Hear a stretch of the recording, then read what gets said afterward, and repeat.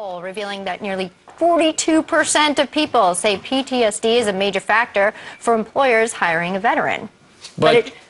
Is it even legal to deny someone a job based on PTS? Here to weigh in on that is employment attorney Misty Marris. Thanks for being with us. Good morning. Thank you for having me.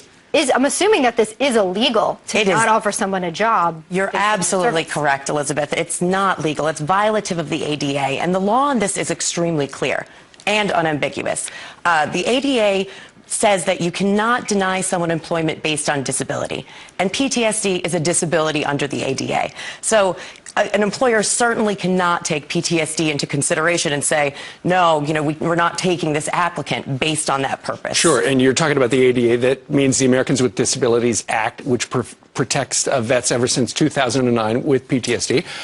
Starts at the job application procedures, hiring and advancement, employee compensation, and job training. They're covered under all of those. Absolutely, and one thing that we need to make certain is that this doesn't just apply to the application process or pre-employment process. These protections are throughout all of employment. So there's two prongs. There's either discrimination based on the actual disability or a perceived disability by the employer. I mean, some companies are getting it right, though. You got Walmart hired 42,000 vets this year. But, and you take the qualities that someone who has been in the military brings to the profession. When you see a poll like this, it is really on the pulse of what Americans are thinking. It's disturbing. So if you think that you've been discriminated against because of your PTS or PTSD, what should someone do? Oh, absolutely. There are various remedies. And what we were talking about under the Americans with Disabilities Act is the federal law. Right. You also have state remedies, too. For instance, in New York, you have a double whammy here in New York. You actually have the ability to bring an action before the New York State Human Rights Division.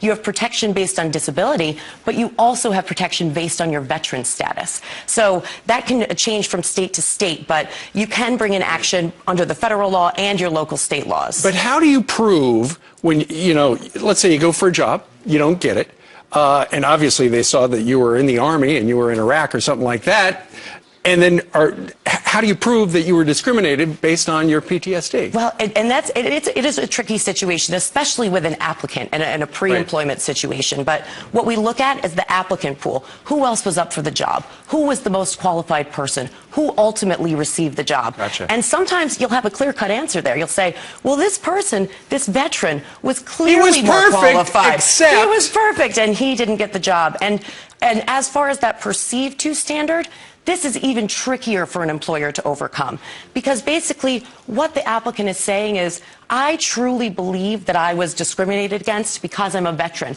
and they thought I had PTSD. So now say that person doesn't even have it. Right. You get in front of a jury, the jury says, wow, this person doesn't even have PTSD, yeah, and they were you denied thinking? that. Right, and it does not play in good favor to an employer, not in that situation. That's tricky to overcome. Then that is good news then. Yes. All right, Misty Marris, an employment attorney. Yes, thank you so much. Thank you. Excellent information.